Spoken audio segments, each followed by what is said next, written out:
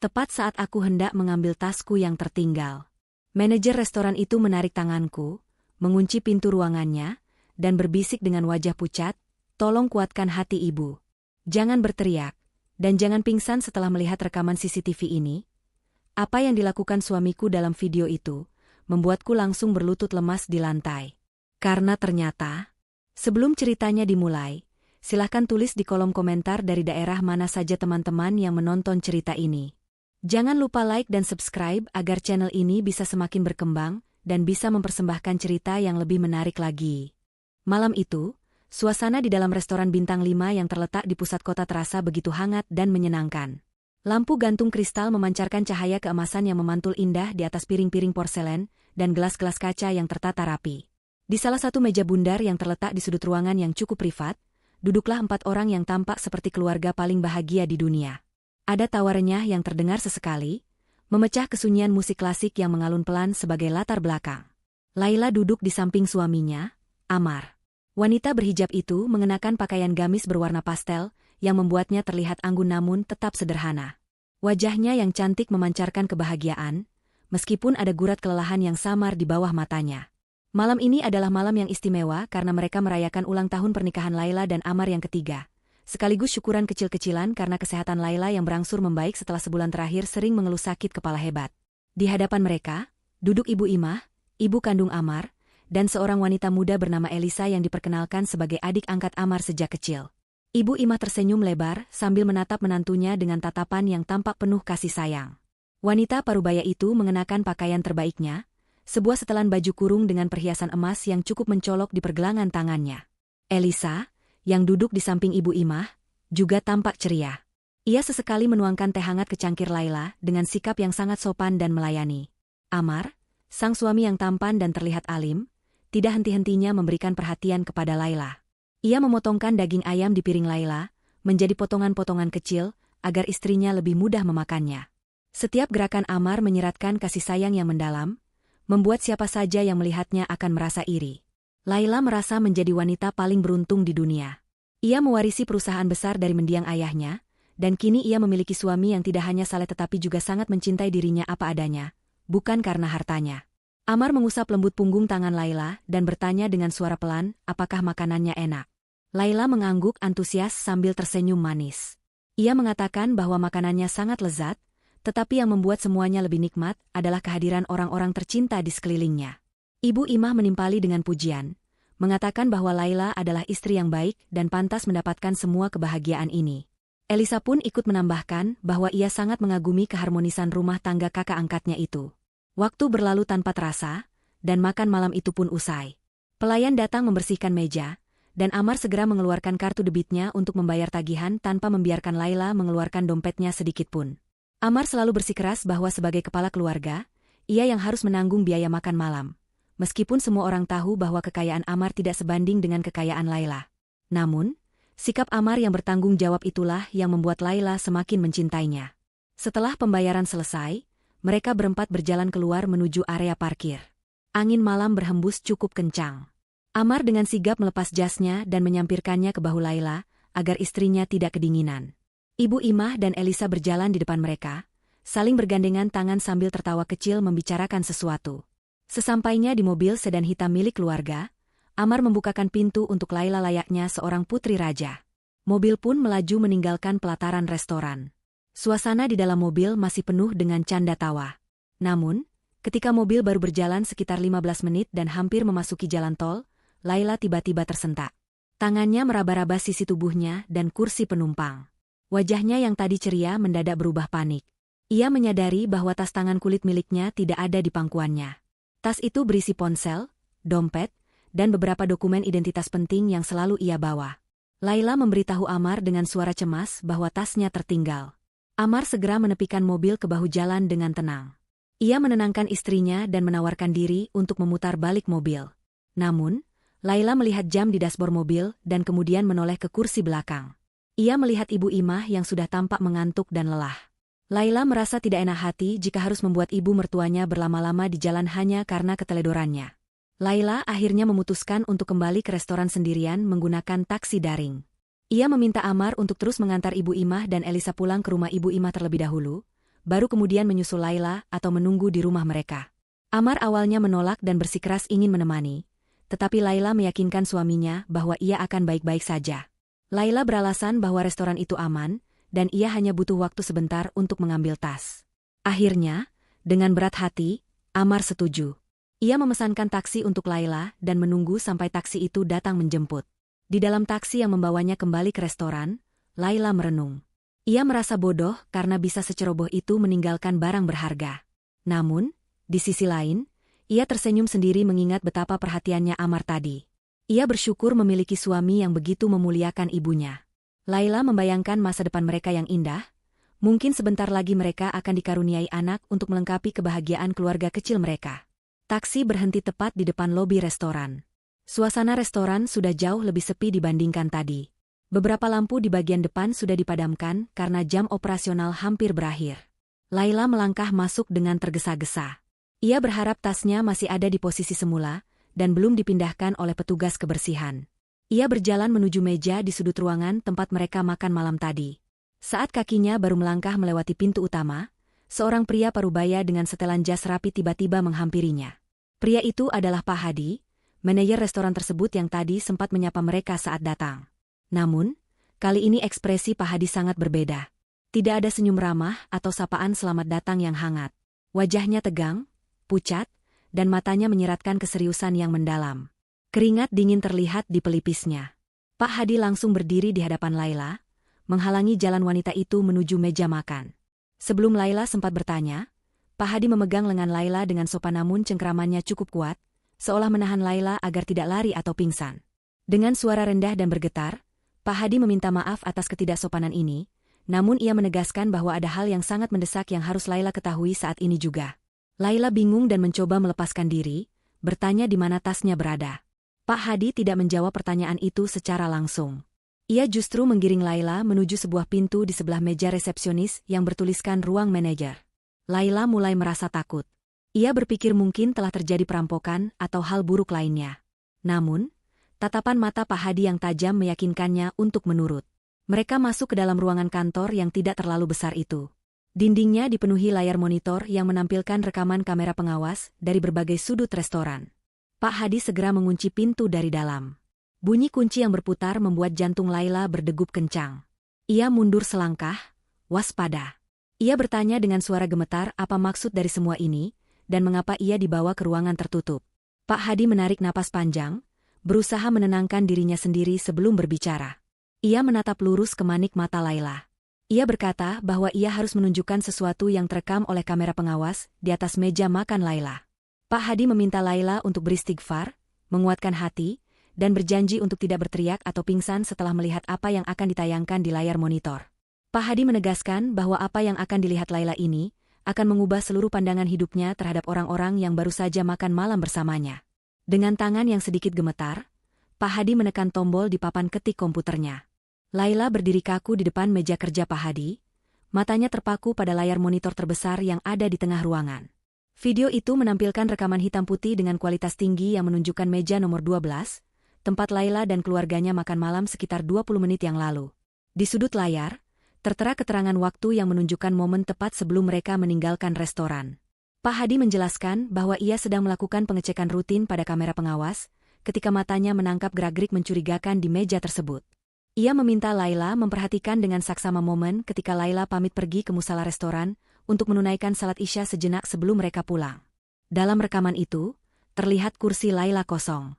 Hanya ada Amar, Ibu Imah, dan Elisa yang tertinggal di meja. Awalnya, interaksi mereka tampak biasa saja. Namun, beberapa detik setelah punggung Laila menghilang dari jangkauan kamera di area makan, sikap Amar berubah drastis. Senyum hangat yang selama ini selalu menghiasi wajahnya lenyap seketika, digantikan oleh ekspresi dingin dan penuh perhitungan. Amar terlihat menoleh ke kanan dan ke kiri untuk memastikan tidak ada pelayan yang sedang memperhatikan meja mereka. Laila menahan napas saat melihat tangan suaminya bergerak cepat meraih tas tangan Laila yang tergeletak di atas meja.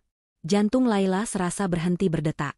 Ia melihat Amar membuka tas itu dengan cekatan, seolah sudah sangat hafal letak setiap barang di dalamnya. Amar mengeluarkan sebuah botol kecil berwarna putih. Laila mengenali botol itu. Itu adalah botol vitamin dan suplemen penambah darah yang selalu ia bawa dan rutin ia minum setiap malam atas saran dokter, karena keluhan pusing yang sering ia alami. Di layar monitor, Amar membuka tutup botol vitamin itu. Tanpa ragu sedikitpun, ia menumpahkan seluruh isi kapsul vitamin asli ke atas lembar tisu yang sudah ia siapkan di pangkuannya. Ia kemudian meremas tisu berisi vitamin asli itu dan memasukkannya ke dalam saku jasnya. Setelah botol itu kosong, Amar merogoh saku celananya dan mengeluarkan sebuah plastik kecil berisi pil-pil lain yang bentuk dan warnanya nyaris serupa dengan vitamin milik Laila. Dengan gerakan tangan yang sangat cepat dan terlatih, Amar menuangkan pil-pil asing itu ke dalam botol vitamin Laila. Ia menutup botol itu kembali, mengocoknya pelan agar terlihat wajar, lalu memasukkannya kembali ke dalam tas Laila dengan posisi yang sama persis seperti semula. Seluruh proses itu terjadi dalam waktu kurang dari 1 menit. Laila menutup mulutnya dengan tangan, menahan jeritan yang hendak keluar. Air mata mulai menggenang di pelupuk matanya, namun ia memaksakan diri untuk terus menonton. Hal yang lebih menyakitkan terjadi setelahnya. Laila melihat Ibu Imah, wanita yang selama ini ia anggap seperti ibu kandungnya sendiri, menyaksikan seluruh perbuatan Amar itu. Bukannya melarang atau terkejut, Ibu Imah justru menutup mulutnya sambil tertawa terkekeh. Tubuh Ibu Imah berguncang karena tawa. Kemudian, Ibu Imah melakukan gerakan yang membuat darah Laila mendidih. Wanita tua itu memiringkan kepalanya, memutar-mutar bola matanya, dan menggerakkan tangannya secara acak, menirukan gerakan orang yang sedang gangguan jiwa atau linglung. Ibu Imah menunjuk ke arah kursi kosong Laila, sambil terus memperagakan gerakan orang gila tersebut. Elisa, si adik angkat yang manis, terlihat mendekatkan wajahnya ke telinga Amar. Meskipun tidak ada suara yang bisa didengar dari rekaman CCTV itu, gerak bibir dan ekspresi wajah Elisa menunjukkan dukungan penuh. Elisa bahkan terlihat menepuk bahu Amar dengan bangga, seolah memuji keberhasilan sebuah rencana besar. Mereka bertiga kemudian mengangkat gelas minuman mereka dan bersulang kecil, tepat sebelum Laila terlihat kembali dari arah musala dalam rekaman video. Video berakhir. Layar monitor menjadi gelap. Ruangan kerja Pak Hadi hening mencekam, hanya terdengar suara dengungan halus dari mesin pendingin ruangan dan napas Laila yang memburu. Laila merasa dunianya runtuh. Kakinya lemas, dan ia nyaris jatuh terduduk jika saja ia tidak berpegangan pada tepi meja kayu yang kokoh di depannya. Ia merasa mual, pusing, dan dikhianati dengan cara yang paling keji. Suami, mertua, dan adik ipar yang ia nafkahi dan ia sayangi ternyata adalah sekumpulan serigala berbulu domba. Pak Hadi segera menarik sebuah kursi dan mempersilakan Laila duduk. Ia kemudian mengambil sebuah botol kecil dari laci mejanya dan meletakkannya di hadapan Laila. Itu adalah botol vitamin asli milik Laila. Pak Hadi menjelaskan bahwa setelah keluarga Laila pergi, ia segera memerintahkan pelayan untuk memeriksa tempat sampah di toilet pria, karena ia melihat Amar sempat ke toilet sebelum pergi. Mereka menemukan gumpalan tisu berisi vitamin asli yang dibuang Amar. Pak Hadi kemudian berbicara dengan nada serius. Ia mengatakan bahwa ia memiliki latar belakang pendidikan di bidang farmasi sebelum beralih profesi menjadi manajer restoran. Ia menjelaskan bahwa pil yang dimasukkan Amar ke dalam botol Laila bukanlah racun yang mematikan secara instan, melainkan jenis obat-obatan terlarang yang termasuk dalam golongan psikotropika kuat. Obat tersebut memiliki efek samping yang mengerikan jika dikonsumsi oleh orang sehat secara rutin. Efek obat itu meliputi halusinasi visual dan pendengaran, rasa cemas berlebihan, paranoid, kebingungan, hingga hilangnya kesadaran akan realitas. Pak Hadi menegaskan bahwa tujuan mereka bukan untuk membunuh Laila, melainkan untuk membuat Laila terlihat gila. Gejala pusing dan sakit kepala yang Laila rasakan sebulan terakhir kemungkinan besar adalah efek awal dari pemberian dosis kecil obat tersebut yang mungkin dicampurkan ke dalam makanan atau minuman Laila di rumah. Laila terdiam mencerna semua informasi itu. Potongan-potongan kejadian aneh selama beberapa minggu terakhir mulai terangkai di benaknya. Ia sering mendengar suara bisikan di malam hari yang ia pikir adalah halusinasi. Ia sering merasa ada bayangan orang di sudut kamar.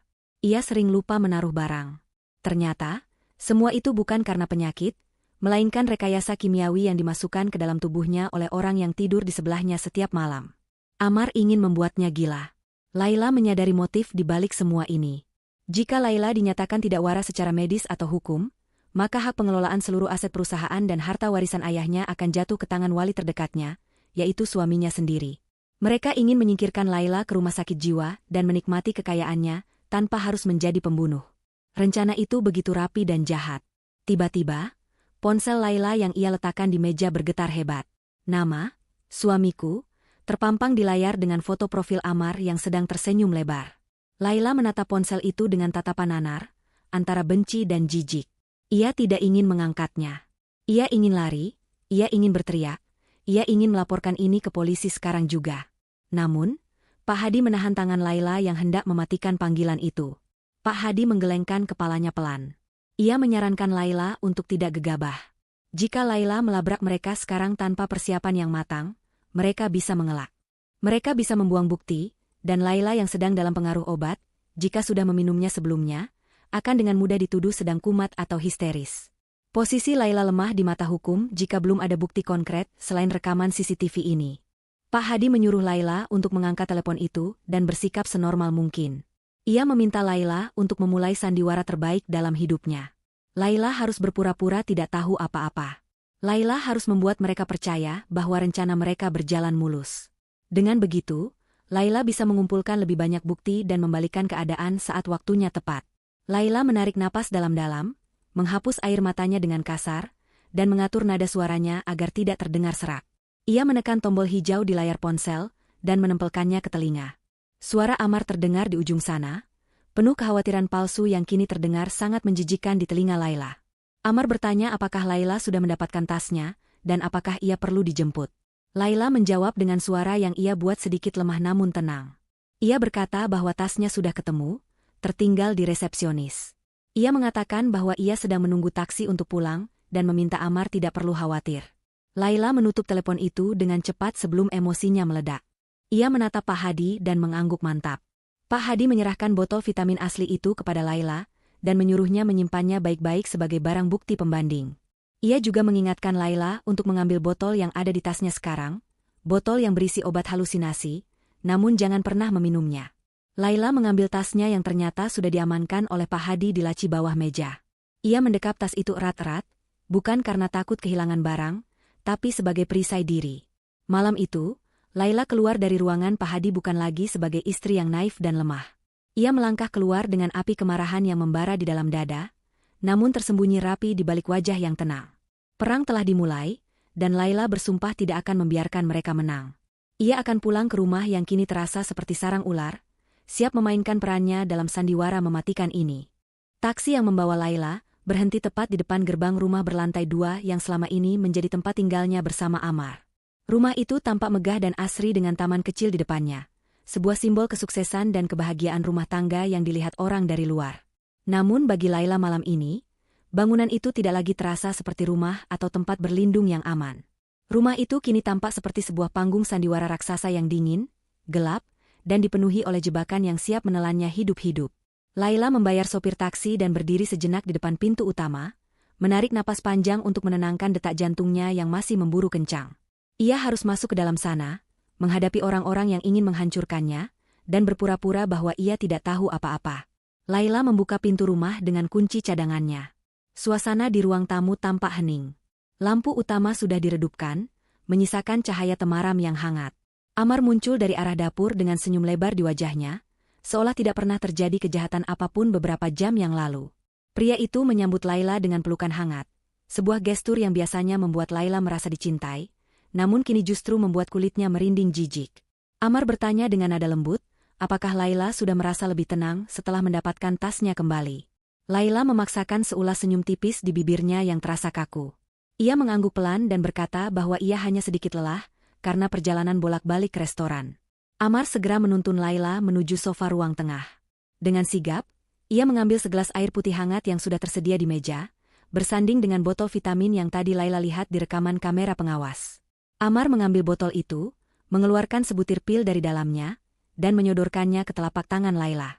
Pria itu berkata bahwa Laila harus meminum vitaminnya agar kepalanya tidak pusing lagi besok pagi. Ia mengingatkan Laila dengan nada penuh kasih sayang bahwa kesehatan Laila adalah prioritas utamanya. Laila menatap pil kecil di telapak tangannya itu. Benda kecil itulah senjata yang digunakan suaminya untuk merenggut kewarasannya perlahan-lahan. Laila mendekatkan gelas ke bibirnya. Dengan gerakan tangan yang sangat cepat dan hati-hati, ia memasukkan pil itu ke dalam mulutnya, namun tidak menelannya. Ia menyembunyikan pil itu di bawah lidahnya, lalu meneguk air putih dalam jumlah banyak untuk meyakinkan Amar bahwa ia sudah menelan obat tersebut. Amar memperhatikannya dengan saksama, memastikan istrinya benar-benar meminum racikan jahat itu. Setelah melihat gelas kosong, Amar tersenyum puas dan mengusap kepala Laila, memuji istrinya yang penurut. Laila segera pamit untuk masuk ke kamar tidur lebih dulu dengan alasan ingin segera istirahat. Sesampainya di kamar mandi di dalam kamar tidur utama, Laila segera memuntahkan pil itu ke dalam tisu dan menyiramnya ke dalam lubang toilet. Ia membasuh wajahnya dengan air dingin, menatap pantulan dirinya di cermin. Wajahnya pucat, tetapi matanya memancarkan tekad yang kuat. Ia tidak boleh lemah. Laila kemudian keluar dari kamar mandi dan berbaring di tempat tidur, berpura-pura memejamkan mata. Tidak lama kemudian, Amar masuk ke kamar. Ia mengecup kening Laila sekilas, lalu berbisik mengucapkan selamat tidur. Amar kemudian keluar lagi dari kamar, menutup pintu dengan pelan, meninggalkan Laila sendirian dalam kegelapan. Laila menunggu sekitar 10 menit sampai ia yakin Amar tidak akan kembali lagi. Ia bangun perlahan dari tempat tidur tanpa menimbulkan suara sedikit pun. Pikirannya melayang pada kejadian-kejadian aneh yang dialaminya sebulan terakhir. Setiap malam, saat ia mulai terlelap, ia sering mendengar suara-suara bisikan halus yang memanggil namanya, suara tangisan bayi, atau gumaman yang tidak jelas sumbernya. Suara-suara itulah yang membuatnya sering terbangun dengan keringat dingin dan ketakutan, membuat Amar dan Ibu Ima semakin gencar mengatakan bahwa ia sedang stres berat atau diganggu hal gaib. Malam ini, Laila bertekad mencari sumber suara itu. Ia menyalakan senter dari ponselnya dan mulai memeriksa setiap sudut kamar. Ia memeriksa bawah tempat tidur, lemari, hingga celah-celah ventilasi. Nihil. Pandangannya kemudian tertuju pada sebuah lukisan kaligrafi besar yang tergantung di dinding tepat di seberang tempat tidurnya. Lukisan itu adalah hadiah dari Ibu Imah 2 bulan lalu. Laila mendekati lukisan itu. Dengan hati-hati, ia mengangkat bingkai lukisan yang cukup berat itu dari dinding. Benar saja dugaan liarnya. Di balik bingkai kayu bagian belakang, tertempel sebuah benda hitam kecil berbentuk kotak dengan lampu indikator merah yang berkedip sangat lemah. Itu adalah pelantang suara nirkabel berukuran mini. Benda itu ditempel dengan perekat yang kuat dan disembunyikan dengan sangat rapi. Laila merasa darahnya mendidih.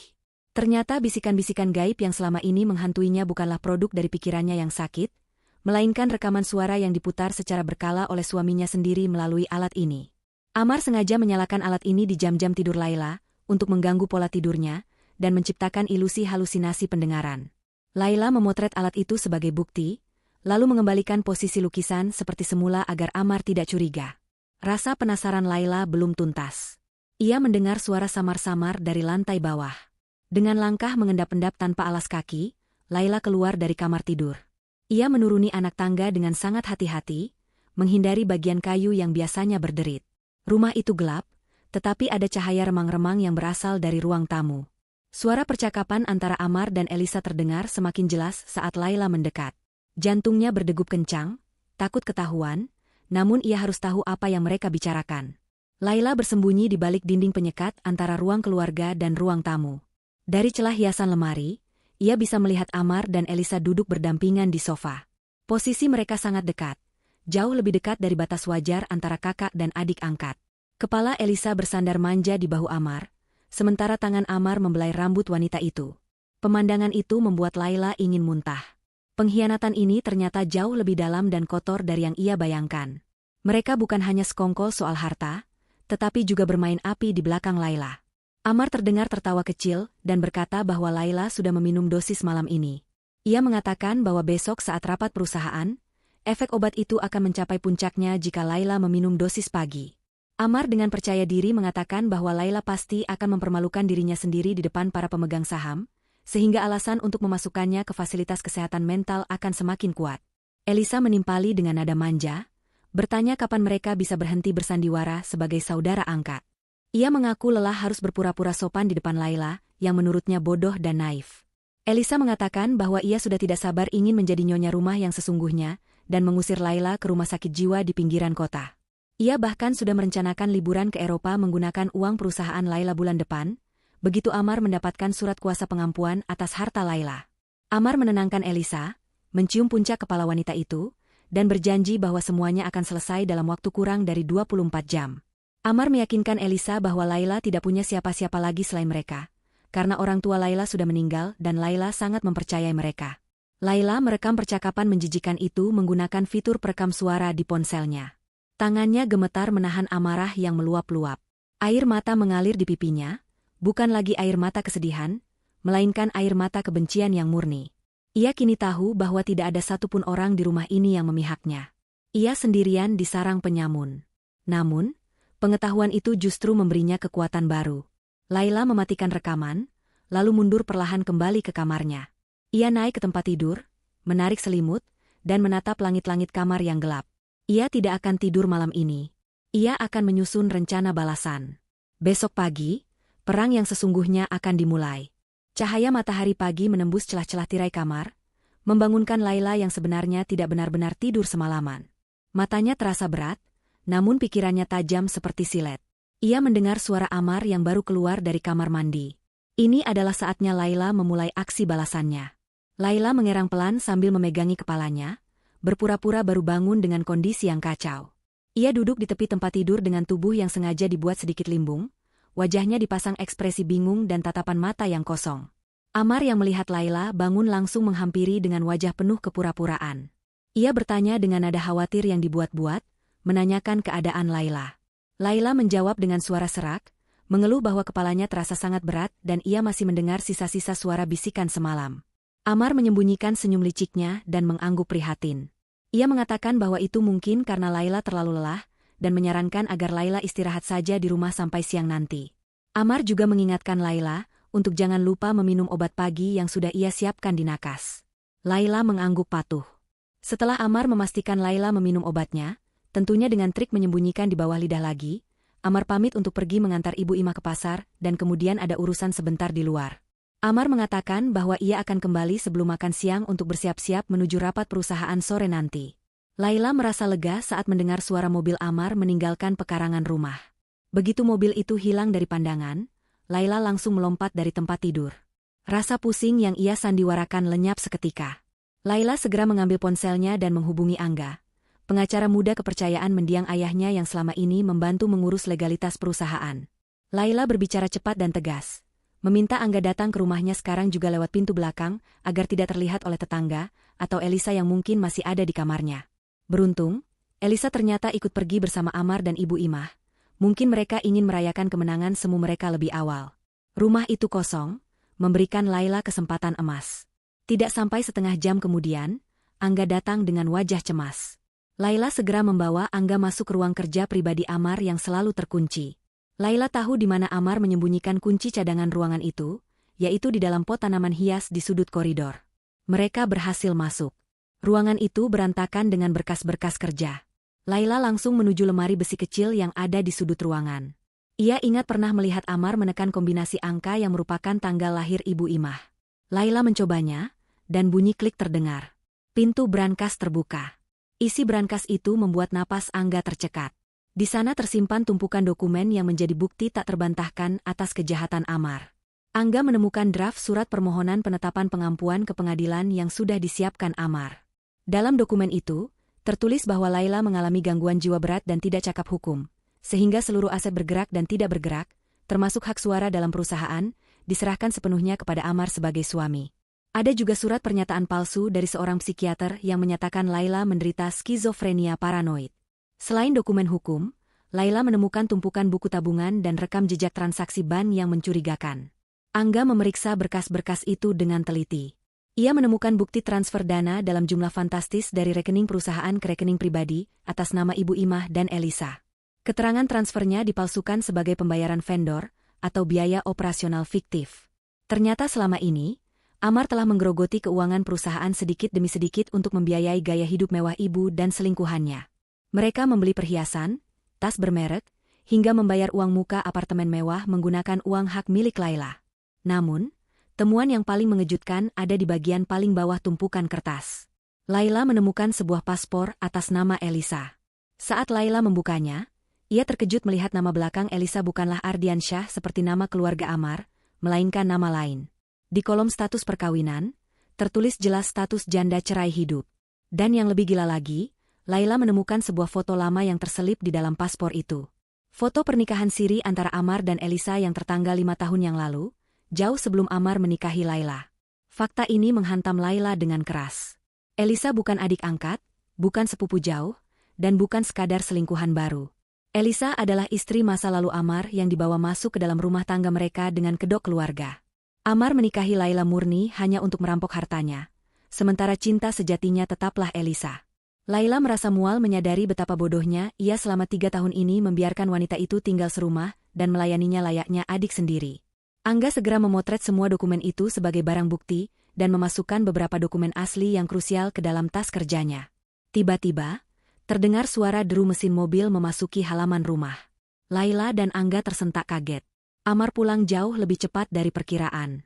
Suara pintu depan terbuka, diikuti langkah kaki Amar yang berat menaiki tangga. Wajah Angga pucat, ia tidak mungkin keluar lewat pintu utama tanpa berpapasan dengan Amar. Laila dengan cepat memberi isyarat agar Angga bersembunyi di dalam lemari pakaian besar yang ada di sudut ruang kerja itu, yang biasanya digunakan untuk menyimpan jas-jas lama Amar. Angga masuk ke dalam lemari tepat beberapa detik sebelum gagang pintu ruang kerja bergerak. Laila berdiri kaku di tengah ruangan, berusaha menetralkan ekspresi wajahnya. Pintu terbuka. Amar berdiri di ambang pintu, menatap Laila dengan tatapan curiga. Ia bertanya dengan nada tajam mengapa Laila ada di ruang kerjanya, dan bagaimana ia bisa masuk padahal pintunya dikunci. Jantung Laila berdegup kencang, seolah ingin melompat keluar dari dadanya. Keringat dingin mulai membasahi punggungnya. Laila memaksakan diri untuk tersenyum, senyum yang ia buat terlihat kosong dan bingung.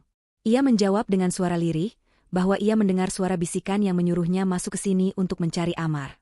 Ia berkata bahwa ia merasa sangat kesepian dan takut sendirian di kamar. Laila memainkan peran sebagai istri yang mulai kehilangan akal dengan sangat meyakinkan. Ia mendekati Amar dan memeluk lengan suaminya, merengek seperti anak kecil minta dilindungi dari suara-suara jahat di kepalanya. Kecurigaan di mata Amar perlahan memudar, tergantikan oleh kepuasan yang mengerikan. Ia melihat Laila yang tampak kacau dan bergantung padanya sebagai tanda bahwa obatnya bekerja dengan sangat efektif. Amar tersenyum miring, mengelus rambut Laila, dan berkata bahwa tidak ada siapa-siapa di sini. Ia kemudian menuntun Laila keluar dari ruang kerja, tanpa menyadari bahwa di dalam lemari di belakangnya, ada seorang pengacara yang memegang bukti kehancurannya. Amar berkata dengan lembut bahwa Laila harus bersiap-siap, karena nanti siang Ibu Imah akan membawakan makanan spesial agar Laila kuat menghadapi rapat sore nanti. Laila hanya mengangguk, sementara dalam hati ia bersiap untuk babak selanjutnya dari permainan ini. Matahari sudah meninggi, memancarkan panas yang menyengat di luar sana, namun suasana di dalam rumah Laila terasa dingin dan mencekam, seolah-olah ada badai tak kasat mata yang sedang berpusar di ruang tengah. Setelah kepergian Angga yang berhasil menyelinap keluar lewat pintu belakang dengan membawa tas penuh bukti, Laila kembali duduk di sofa ruang keluarga. Ia mengatur napasnya, mencoba menenangkan gemuruh di dadanya yang belum juga reda. Ia tahu bahwa babak selanjutnya dari sandiwara ini akan segera dimulai, dan ia tidak boleh melakukan kesalahan sedikitpun. Musuh-musuhnya adalah orang-orang terdekatnya yang kini ia sadari memiliki kemampuan akting luar biasa, sehingga Laila harus menjadi aktris yang jauh lebih hebat dari mereka untuk bisa memenangkan pertarungan ini. Tepat pukul 12 siang, suara gerbang depan terdengar dibuka. Sebuah taksi berhenti di depan rumah, dan dari dalamnya keluarlah Ibu Imah. Wanita parubaya itu turun dengan membawa sebuah rantang susun berwarna perak di tangan kanannya, dan tas jinjing besar di tangan kirinya. Wajahnya dihiasi senyum lebar yang tampak sangat tulus bagi siapa saja yang tidak mengetahui kebusukan hatinya. Laila mengamati kedatangan ibu mertuanya dari balik tirai jendela dengan tatapan dingin. Ia melihat Ibu Imah sempat berhenti sejenak di teras untuk menyapa kucing liar berbulu belang 3 yang sering diberi makan oleh Laila. Kucing itu mengeong manja dan menggesekkan tubuhnya ke kaki Ibu Imah. Namun Ibu Imah hanya menendang pelan kucing itu agar menyingkir dari jalannya dengan ekspresi jijik yang sekilas terlihat sebelum ia kembali memasang wajah manis saat memegang gagang pintu. Laila segera kembali ke posisinya di sofa, memeluk bantal sofa dengan erat, dan memasang wajah lesu serta tatapan mata yang sedikit kosong. Pintu terbuka, dan suara Ibu Imah yang renyah langsung memenuhi ruangan. Ia menyapa Laila dengan panggilan sayang yang membuat perut Laila mual. Ibu Imah berjalan mendekat, meletakkan barang bawaannya di meja, dan langsung duduk di samping Laila. Ia membelai pipi Laila dengan tangannya yang terasa kasar namun hangat, bertanya bagaimana keadaan menantu kesayangannya hari ini.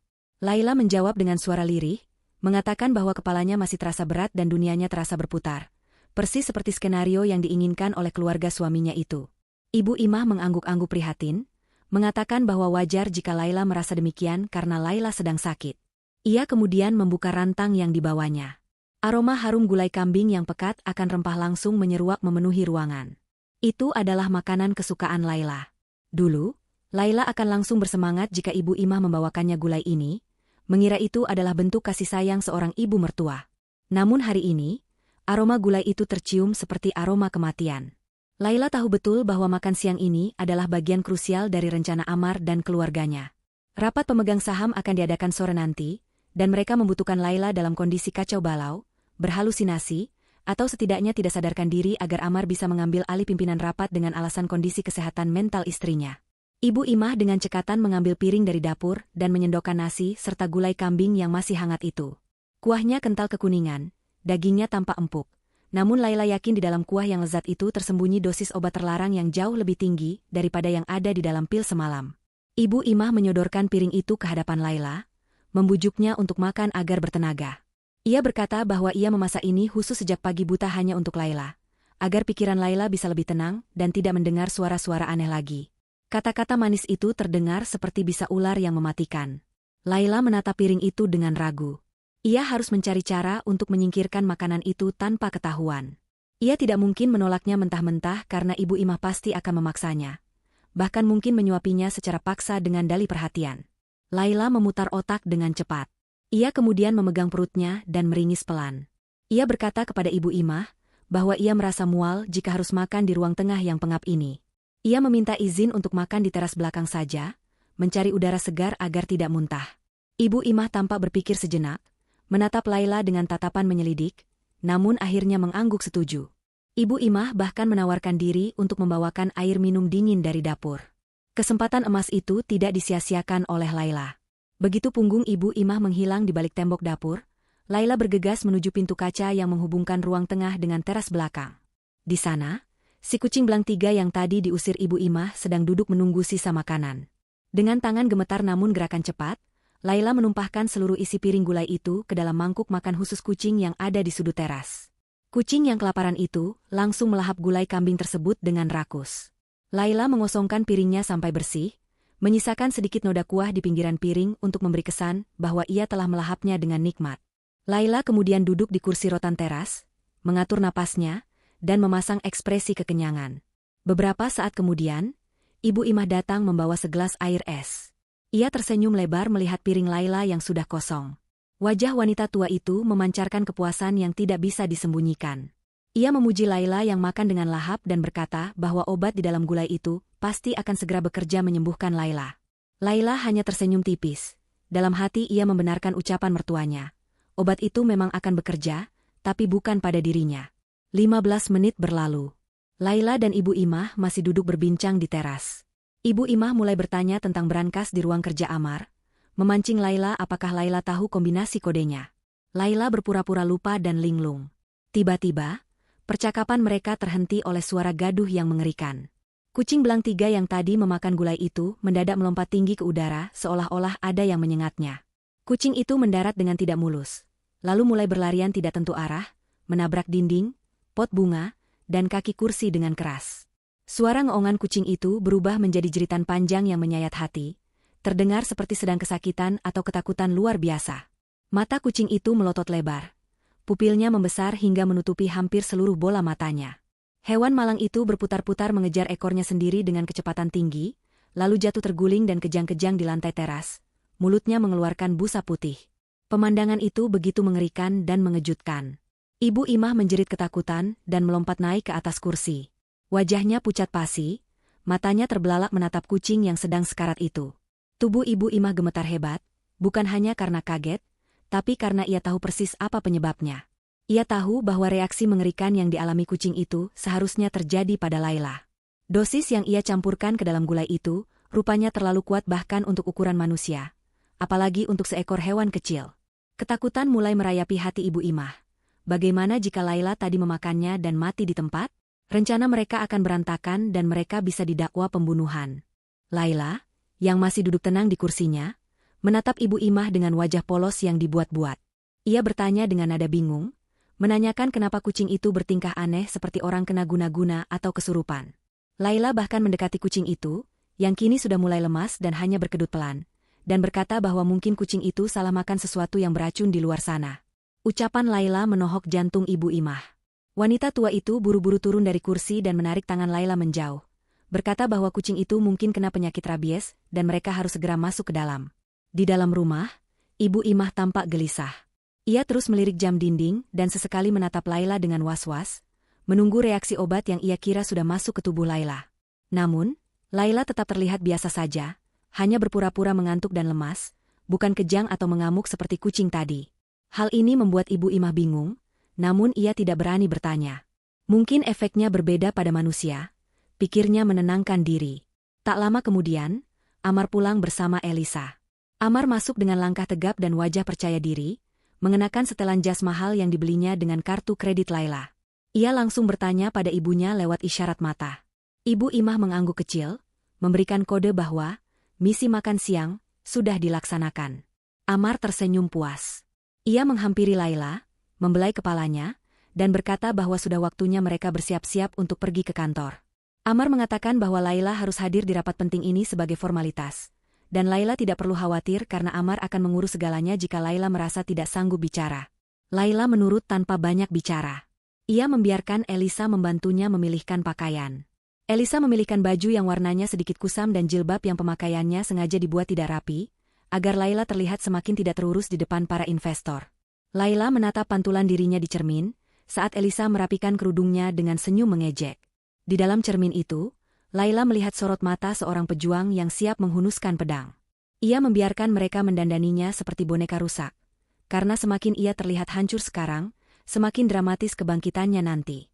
Saat Amar menggandengnya keluar menuju mobil, Laila sempat melirik ke arah teras belakang. Kucing malang itu sudah tidak bergerak, menjadi korban tak berdosa dari kekejaman keluarga suaminya. Laila berjanji dalam hati, penderitaan kucing itu akan dibayar lunas hari ini juga. Perjalanan menuju gedung perkantoran milik keluarga Laila terasa sangat panjang dan mencekam. Di dalam mobil mewah yang dikemudikan oleh supir pribadi, keheningan terasa begitu berat. Amar duduk di samping Laila, menggenggam erat tangan istrinya seolah-olah ia adalah suami paling protektif di dunia. Namun, Laila bisa merasakan dinginnya telapak tangan Amar dan keringat tipis yang membasahi telapak tangan pria itu. Amar gugup, tapi juga sangat bersemangat. Di kursi depan, duduk Elisa yang sesekali melirik ke kaca spion tengah, bertukar pandang penuh arti dengan Amar.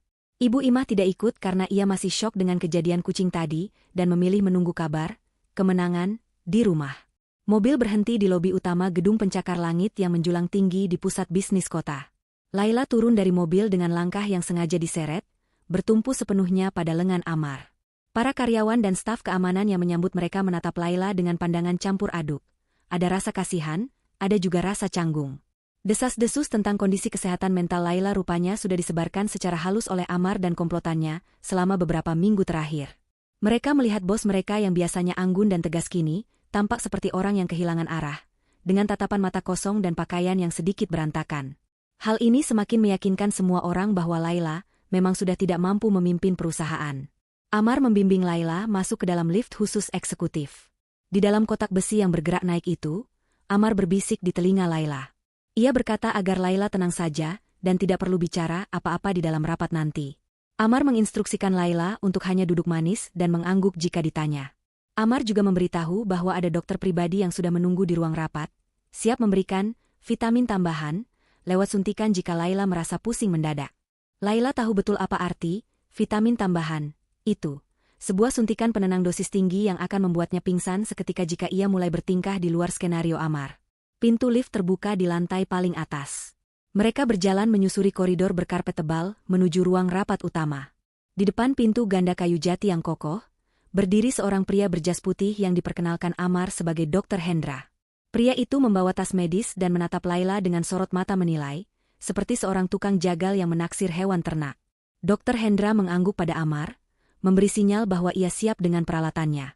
Laila hanya menunduk, menyembunyikan kilatan amarah di matanya. Pintu ruang rapat dibuka. Udara dingin dari pendingin ruangan dan aroma kopi mahal langsung menyambut mereka.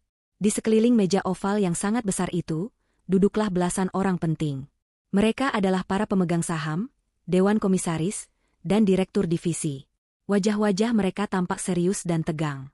Suasana hening seketika saat Laila dan Amar masuk. Semua mata tertuju pada Laila.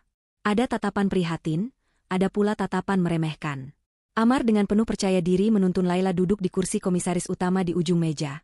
Lalu ia sendiri duduk di kursi di sebelah kanannya, posisi yang biasanya ditempati oleh wakil direktur. Dr. Hendra duduk di kursi tambahan di pojok ruangan, waspada. Amar membuka rapat dengan suara baritonnya yang terdengar berwibawa dan penuh empati.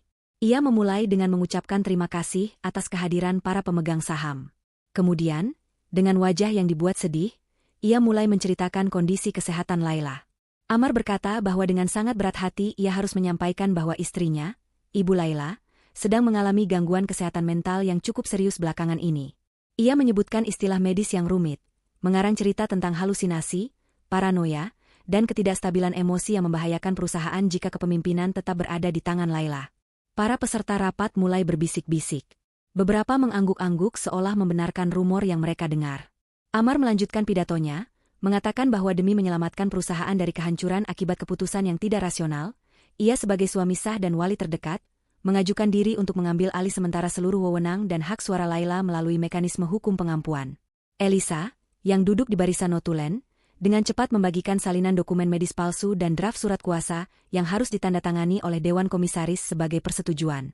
Amar kemudian menoleh ke arah Laila, menatapnya dengan pandangan mengintimidasi yang tersamar oleh senyum lembut.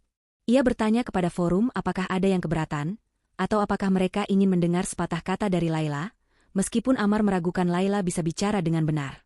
Salah satu komisaris senior yang loyal pada ayah Laila mengangkat tangan, meminta Laila bicara.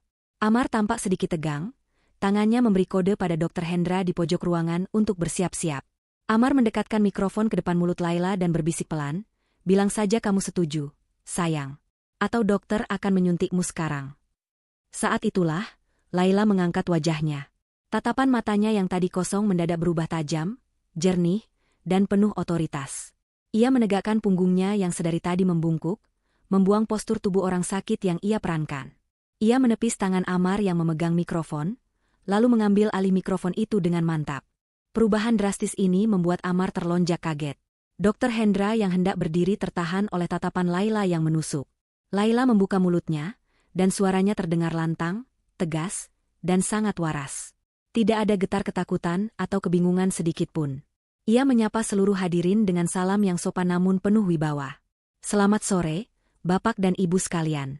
Terima kasih atas perhatiannya terhadap kesehatan saya. Namun, saya ingin mengoreksi satu hal fatal yang baru saja disampaikan oleh suami saya." Laila berhenti sejenak, membiarkan ketegangan merayapi seluruh ruangan. Amar mulai berkeringat dingin, wajahnya memucat. Ia mencoba memotong ucapan Laila, mengatakan bahwa Laila mulai melantur, tetapi Laila mengangkat tangannya, sebuah gestur perintah untuk diam yang begitu kuat hingga Amar terbungkam. "Saya tidak gila," lanjut Laila dengan suara yang menggema di seluruh ruangan. "Saya tidak sakit, saya tidak berhalusinasi, dan saya sepenuhnya sadar akan apa yang sedang terjadi di ruangan ini. Apa yang Bapak Ibu lihat sebagai gejala penyakit mental selama ini, sesungguhnya adalah hasil dari upaya sistematis untuk meracuni saya menggunakan obat-obatan psikotropika ilegal." Suasana ruang rapat meledak dalam keributan. Para pemegang saham saling pandang dengan kaget. Amar panik dan berdiri, berteriak bahwa Laila sedang kumat dan berhayal. Ia memerintahkan Dr. Hendra untuk segera bertindak mengamankan pasien. Dr. Hendra maju membawa suntikan. Namun, sebelum jarum itu menyentuh kulit Laila, pintu ruang rapat terbuka dengan keras. Angga masuk bersama dua orang petugas kepolisian berseragam lengkap dan Pak Hadi, manajer restoran. Laila berdiri dari kursinya, menatap Amar yang kini gemetar ketakutan. "Bukan saya yang butuh dokter, Amar," kata Laila sambil menunjuk wajah suaminya. "Tapi kamu yang butuh pengacara. Dan kamu." Laila menunjuk para pemegang saham, "Kalian semua harus melihat siapa sebenarnya parasit yang menggerogoti perusahaan ini. Pak Angga, tolong nyalakan proyektornya." Layar putih besar di belakang Laila turun perlahan. Amar berusaha lari menuju laptop yang terhubung ke proyektor untuk mencabut kabelnya, tapi langkahnya dihalangi oleh polisi. Ia terpojok, terperangkap di dalam jaring yang ia rajut sendiri. Laila tersenyum tipis, senyum kemenangan yang dingin. Rapat penentuan ini memang menjadi penentu, bukan untuk kejatuhan Laila, melainkan untuk akhir dari sandiwara busuk suaminya.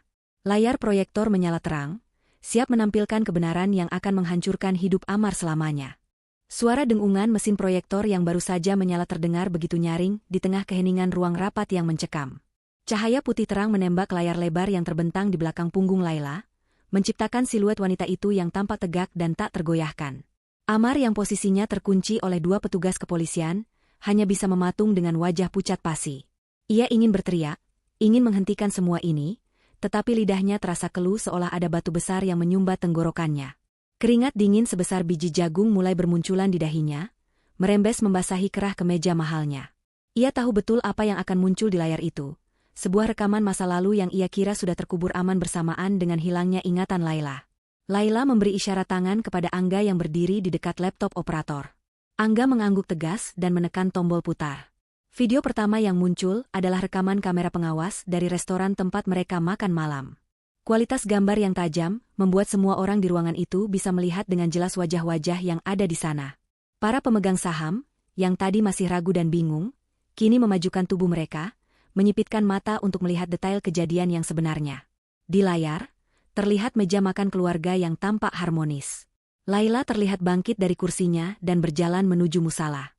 Momen inilah yang menjadi awal dari segala kejahatan itu. Gerakan Amar di dalam video terlihat begitu jelas dan tidak terbantahkan. Ia menoleh ke kiri dan ke kanan seperti pencuri amatir, lalu dengan cepat menyambar tas tangan istrinya.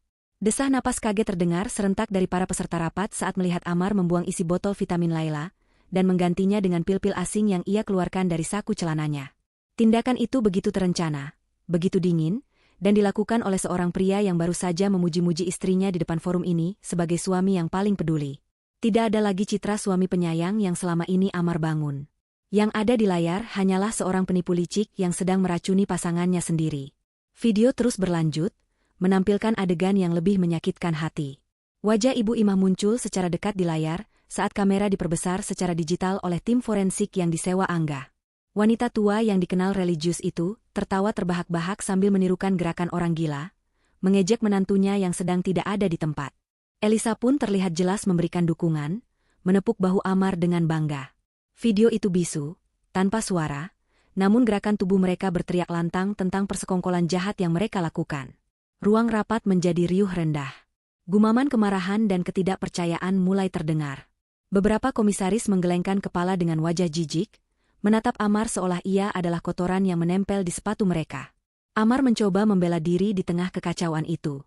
Ia berteriak dengan suara yang parau dan gemetar, berusaha meyakinkan orang-orang bahwa video itu adalah hasil rekayasa komputer. Ia menuduh Laila membayar ahli teknologi untuk memfitnahnya. Ia bersikeras bahwa itu adalah video palsu, video yang dibuat dengan teknologi kecerdasan buatan untuk menjatuhkan kredibilitasnya sebagai pemimpin perusahaan. Namun, Laila tidak memberinya kesempatan untuk bernapas. Ia segera memerintahkan Angga untuk memutar file kedua. Kali ini bukan video, melainkan rekaman suara. Suara gemeresik statis terdengar sebentar, lalu muncullah suara Amar yang sangat khas. Jernih, jelas, dan tidak bisa disangkal. Itu adalah rekaman percakapan antara Amar dan Elisa di ruang tamu semalam, yang direkam Laila saat ia bersembunyi di balik dinding. Suara Amar terdengar angkuh dan penuh tawa, mengatakan bahwa Laila sudah meminum racun itu, dan sebentar lagi akan menjadi gila. Amar terdengar membanggakan rencananya untuk menjebloskan Laila ke rumah sakit jiwa, agar ia bisa menguasai seluruh aset perusahaan.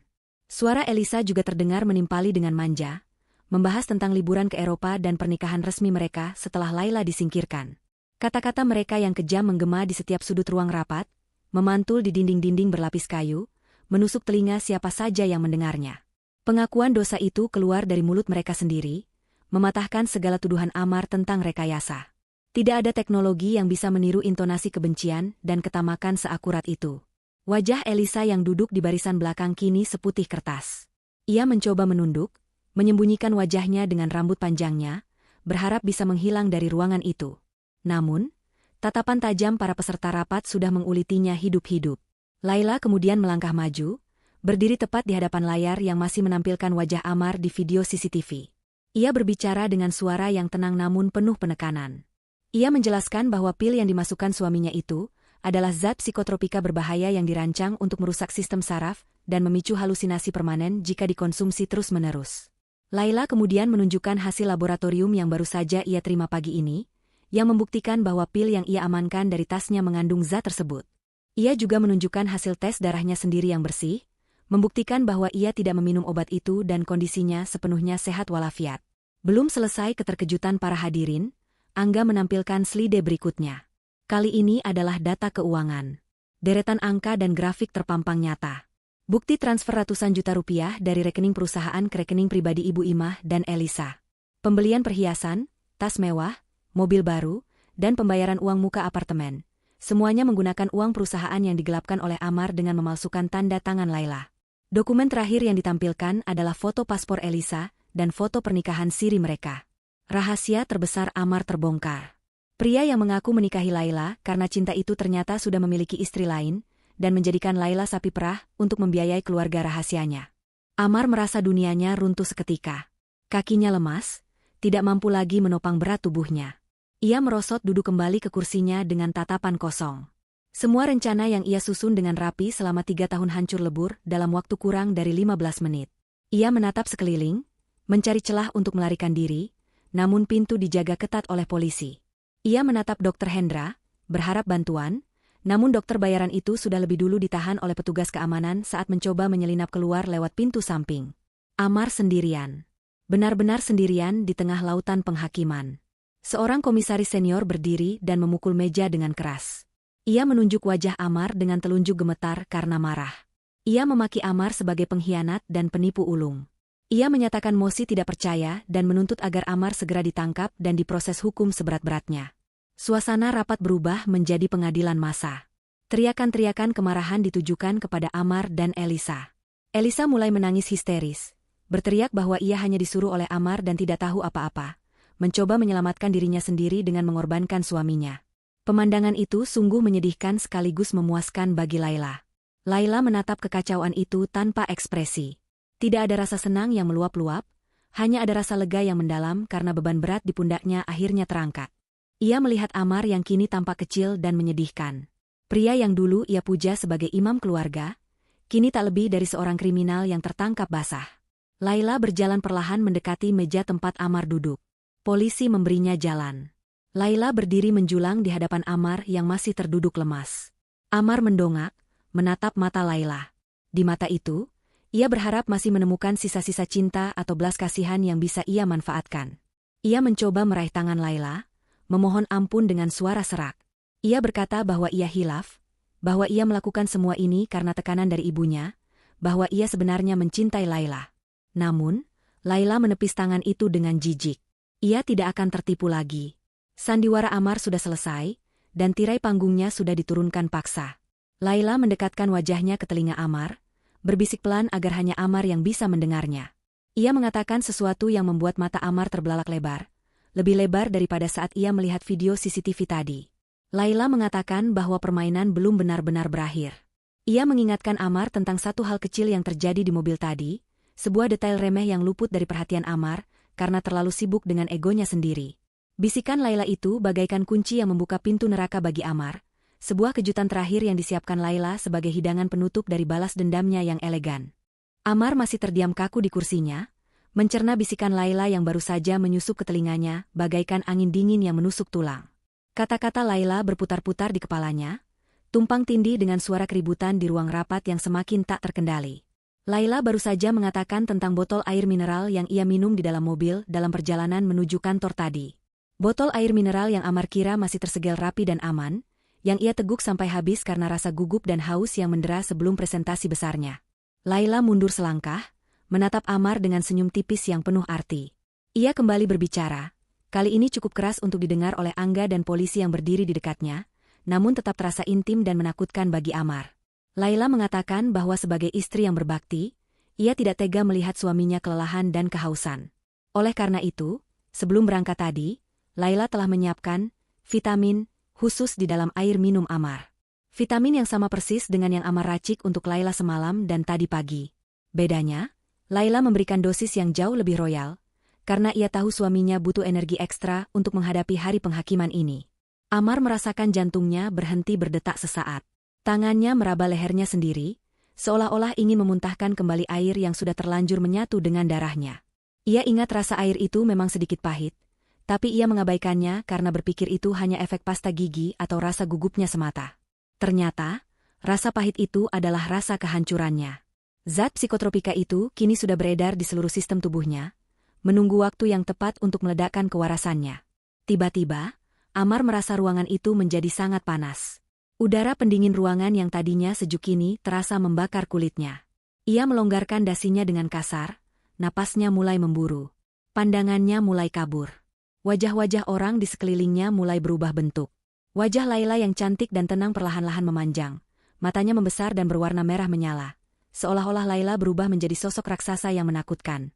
Amar mengucek matanya, berharap penglihatannya kembali normal, tapi bayangan itu justru semakin nyata.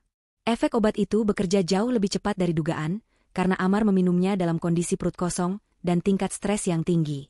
Halusinasi visual mulai menyerangnya bertubi-tubi. Ia melihat para pemegang saham bukan lagi sebagai manusia, melainkan sebagai monster-monster bertaring yang siap mencabik-cabiknya.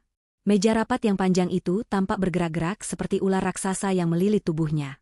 Lantai di bawah kakinya terasa bergoyang hebat seolah-olah terjadi gempa bumi dahsyat, padahal ruangan itu diam tak bergerak. Amar mulai berteriak histeris. Ia melompat dari kursinya, menabrak polisi yang menjaganya. Ia berteriak-teriak meminta tolong, mengatakan bahwa ada iblis yang ingin memakannya. Ia menunjuk-nunjuk Laila dengan jari gemetar, menjerit bahwa Laila adalah penyihir yang sedang memanggil roh jahat. Para hadirin yang melihat tingkah laku Amar mundur ketakutan. Mereka tidak melihat apa yang Amar lihat, yang mereka saksikan hanyalah seorang pria dewasa yang mendadak kehilangan akal sehatnya, berteriak pada ruang kosong, dan ketakutan pada bayangannya sendiri. Amar jatuh merangkak di lantai, menutupi kepalanya dengan kedua tangan. Ia meracau tidak jelas, mencampurkan pengakuan dosa dengan ketakutan yang absurd.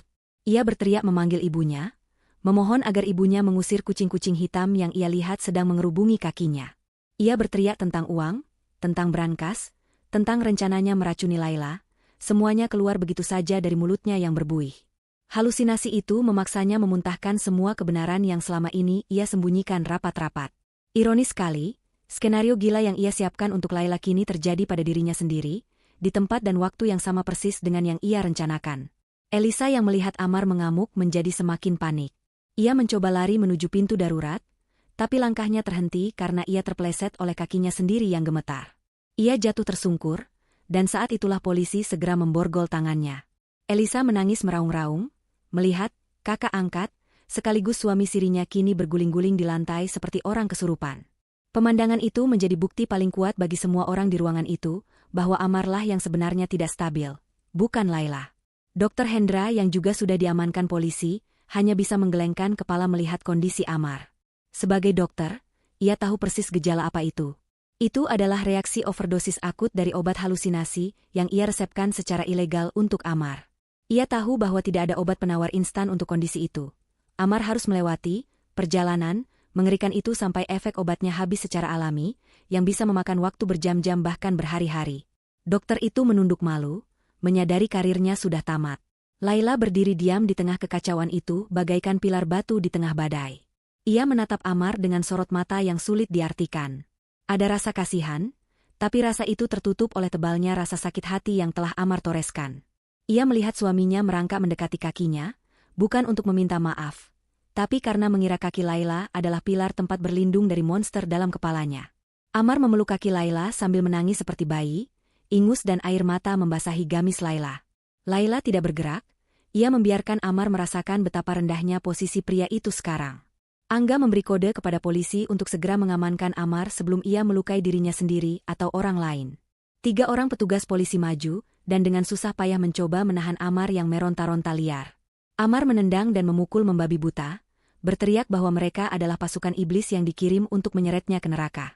Butuh tenaga ekstra untuk akhirnya bisa memasangkan borgol di kedua tangan Amar, dan memaksanya berdiri.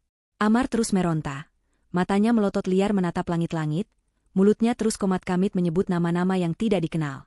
Laila akhirnya melangkah mundur, melepaskan diri dari jangkauan Amar. Ia merapikan pakaiannya yang sedikit kusut akibat cengkeraman Amar tadi. Ia menatap para pemegang saham yang masih terpaku syok.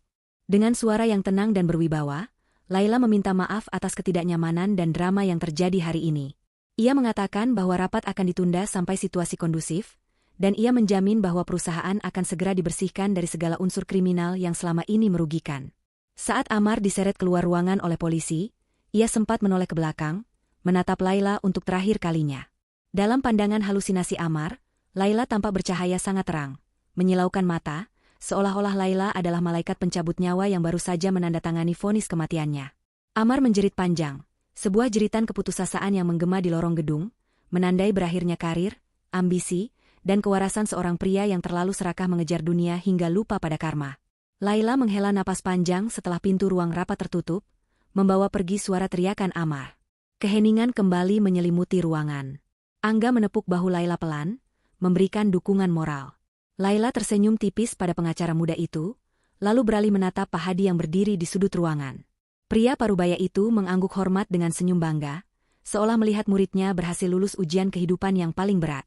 Laila tahu, perjuangannya secara fisik sudah selesai, tapi perjuangan untuk memulihkan hati dan nama baik perusahaan baru saja dimulai. Namun setidaknya, racun yang sesungguhnya, manusia-manusia toksik itu, sudah berhasil ia keluarkan dari hidupnya untuk selamanya.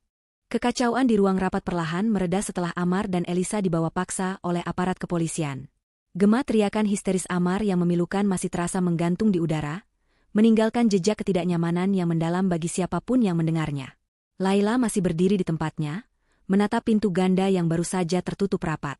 Bahunya yang tadi tegang perlahan mulai rileks. Ia menarik napas dalam-dalam, menghirup aroma kebebasan yang bercampur dengan sisa ketegangan. Di sekelilingnya, para pemegang saham dan dewan direksi masih terpaku dalam keheningan, mencoba mencerna drama kriminal yang baru saja terungkap di hadapan mereka. Tidak ada yang berani bersuara sampai Laila membalikkan badan dan menatap mereka satu persatu dengan sorot mata yang tenang namun berwibawa. Angga, sang pengacara muda yang cekatan, segera mengambil alih situasi teknis. Ia meminta staf keamanan untuk membuka jendela dan menyalakan lampu ruangan sepenuhnya agar suasana suram segera berganti. Dengan sigap, Angga membagikan salinan dokumen asli yang membuktikan bahwa Laila adalah pemilik sah tunggal dan memiliki kewarasan penuh. Laila kemudian berbicara kepada para hadirin, meminta maaf sekali lagi atas gangguan yang terjadi dan meyakinkan mereka bahwa operasional perusahaan akan tetap berjalan normal mulai besok pagi. Ia menegaskan bahwa audit menyeluruh akan segera dilakukan untuk melacak setiap sen uang yang telah digelapkan oleh suaminya. Sikap Laila yang profesional dan tangguh seketika memulihkan kepercayaan para investor. Mereka yang tadinya meragukan Laila kini menatapnya dengan rasa hormat yang baru. Satu persatu mereka menyalami Laila, memberikan dukungan, dan mengutuk perbuatan keji Amar. Sementara itu, di belahan kota yang lain, suasana damai yang semu masih menyelimuti rumah mewah tempat Ibu Imah menunggu kabar. Wanita parubaya itu duduk santai di sofa ruang tengah sambil menikmati teh manis hangat dan camilan kue kering. Kakinya diselonjorkan ke atas meja kopi, sebuah kebiasaan jorok yang tidak pernah berani ia lakukan jika Laila ada di rumah. Wajahnya berseri-seri, membayangkan bahwa saat ini putranya pasti sedang memimpin rapat dengan gagah, setelah berhasil menyingkirkan menantu yang ia anggap bodoh itu ke rumah sakit jiwa. Dalam benaknya, Ibu Imah sudah menyusun daftar belanjaan baru. Ia ingin membeli set perhiasan berlian yang kemarin ia lihat di pameran, dan mungkin merenovasi kamarnya agar lebih mewah, setara dengan kamar utama yang selama ini ditempati Laila. Ibu Imah melirik jam dinding. Seharusnya rapat sudah selesai. Ia meraih ponselnya, berniat menghubungi Amar atau Elisa untuk mendengar kabar kemenangan mereka. Namun, sebelum jarinya sempat menekan tombol panggil, suara dentuman keras terdengar dari arah pintu depan. Bukan ketukan tamu yang sopan, melainkan gedoran kasar dan suara teriakan tegas yang memerintahkan penghuni rumah untuk keluar. Jantung Ibu Imah mencelos. Gelas teh di tangannya terlepas dan pecah berkeping-keping di lantai, menumpahkan cairan coklat lengket ke karpet mahal. Firasat buruk seketika menyergapnya, namun egonya menolak untuk percaya. Ia berpikir mungkin itu adalah penagih utang kartu kredit Amar yang salah alamat. Dengan langkah gemetar dan wajah gusar, Ibu Imah berjalan menuju pintu depan. Ia berniat memarahi siapapun yang berani mengganggu kenyamanannya. Namun, begitu ia membuka pintu, kata-kata makiannya tertahan di tenggorokan. Di hadapannya berdiri 3 orang petugas kepolisian berseragam lengkap dan 2 orang petugas berpakaian preman. Di belakang mereka, terlihat mobil patroli dengan lampu rotator yang menyala biru, menarik perhatian para tetangga yang mulai keluar dari rumah masing-masing untuk menonton.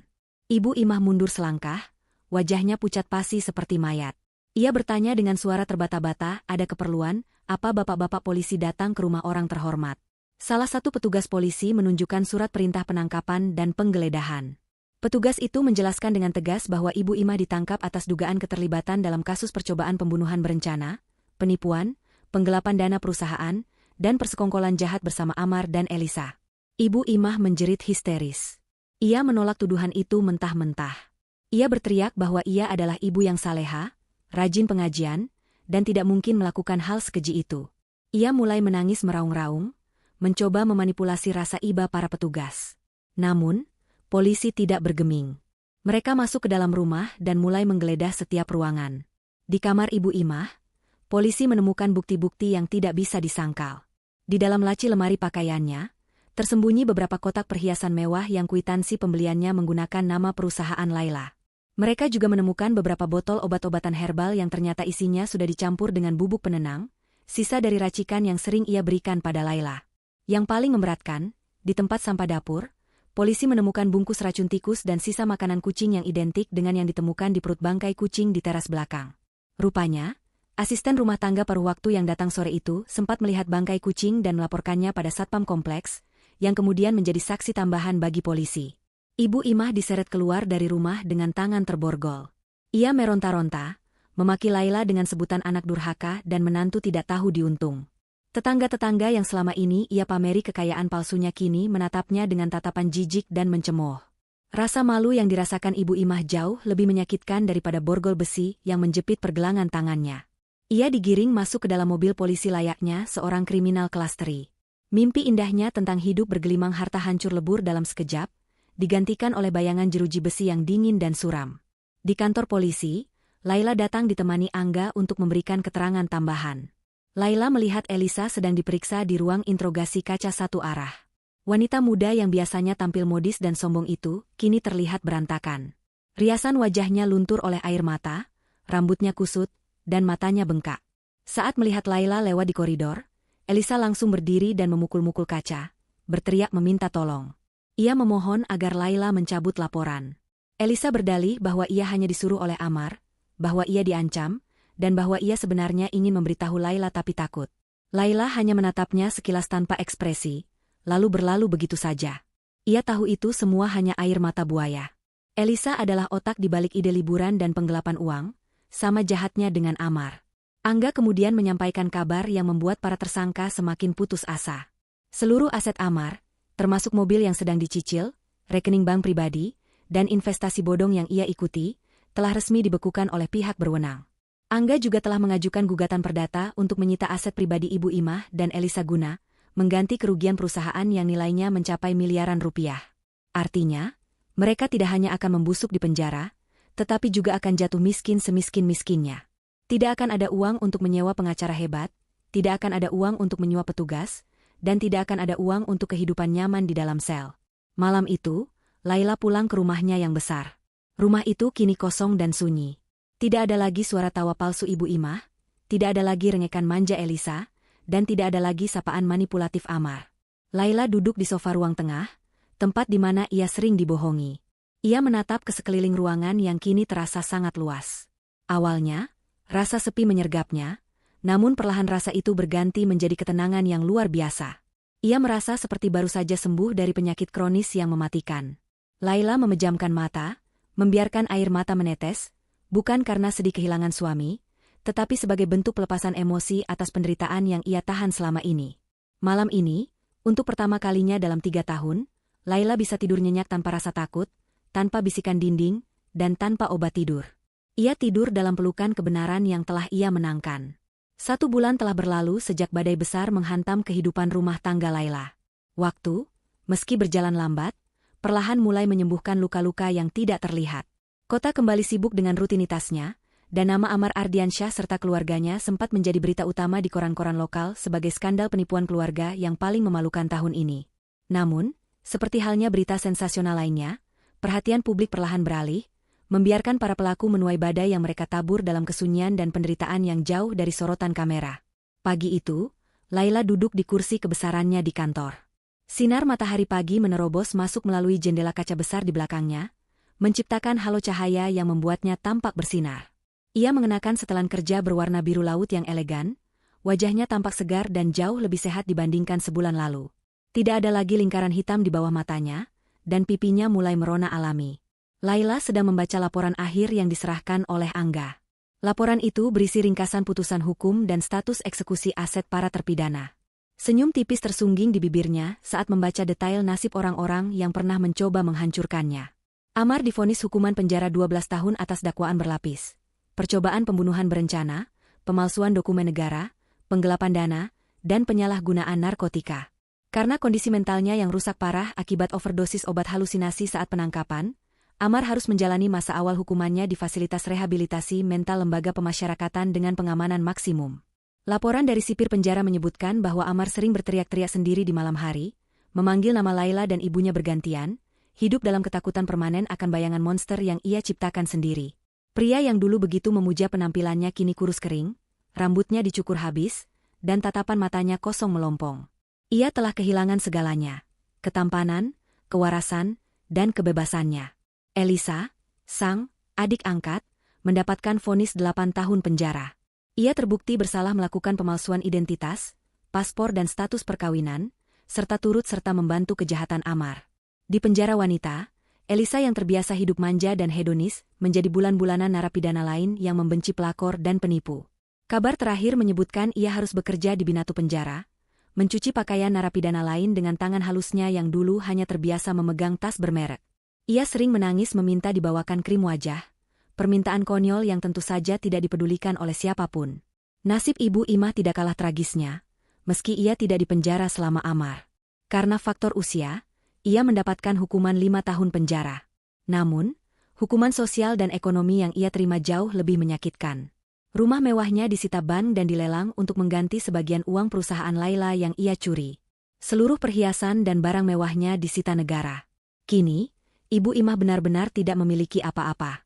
Angga menceritakan bahwa kerabat jauh Ibu Imah pun tidak ada yang mau menjenguk atau membantunya karena malu.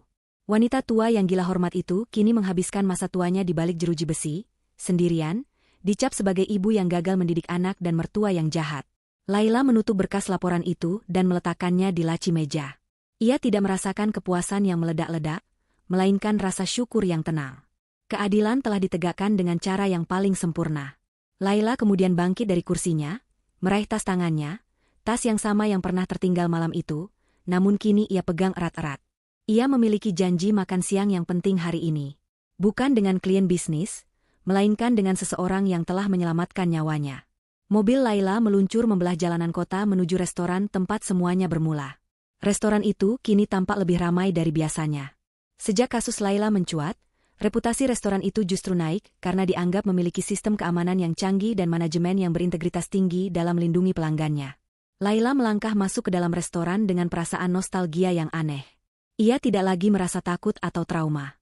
Tempat ini adalah saksi bisu pengkhianatan suaminya, tetapi juga saksi bisu kebangkitan dirinya. Pak Hadi, sang manajer, sudah menunggu di meja yang sama, meja nomor 12. Namun kali ini, meja itu tidak disiapkan untuk 4 orang, melainkan hanya untuk 2 orang. Pak Hadi menyambut Laila dengan senyum hangat yang tulus, bukan senyum formalitas seorang manajer kepada pelanggan, melainkan senyum seorang sahabat. Laila membalas senyuman itu dan menyalami Pak Hadi dengan penuh rasa terima kasih. Mereka duduk berhadapan. Di atas meja, sudah tersaji hidangan istimewa yang dimasak langsung oleh kepala koki atas instruksi Pak Hadi. Laila membuka percakapan dengan menyampaikan niatnya. Ia mengeluarkan sebuah amplop tebal dari tasnya. Di dalamnya bukan uang tunai, melainkan dokumen akta notaris. Laila menjelaskan bahwa ia baru saja membeli saham mayoritas restoran ini dari pemilik lama yang hendak pensiun. Dan sebagai pemilik baru, keputusan pertama Laila adalah mengangkat Pak Hadi sebagai direktur operasional dengan kepemilikan saham minoritas yang signifikan. Laila ingin Pak Hadi memimpin restoran ini sepenuhnya, karena ia tahu restoran ini berada di tangan orang yang paling jujur dan berdedikasi. Pak Hadi tertegun, matanya berkaca-kaca. Ia tidak menyangka kebaikan hatinya untuk menyelamatkan seorang pelanggan akan berbuah manis seperti ini. Ia menolak secara halus pada awalnya, merasa itu terlalu berlebihan. Namun, Laila bersikeras.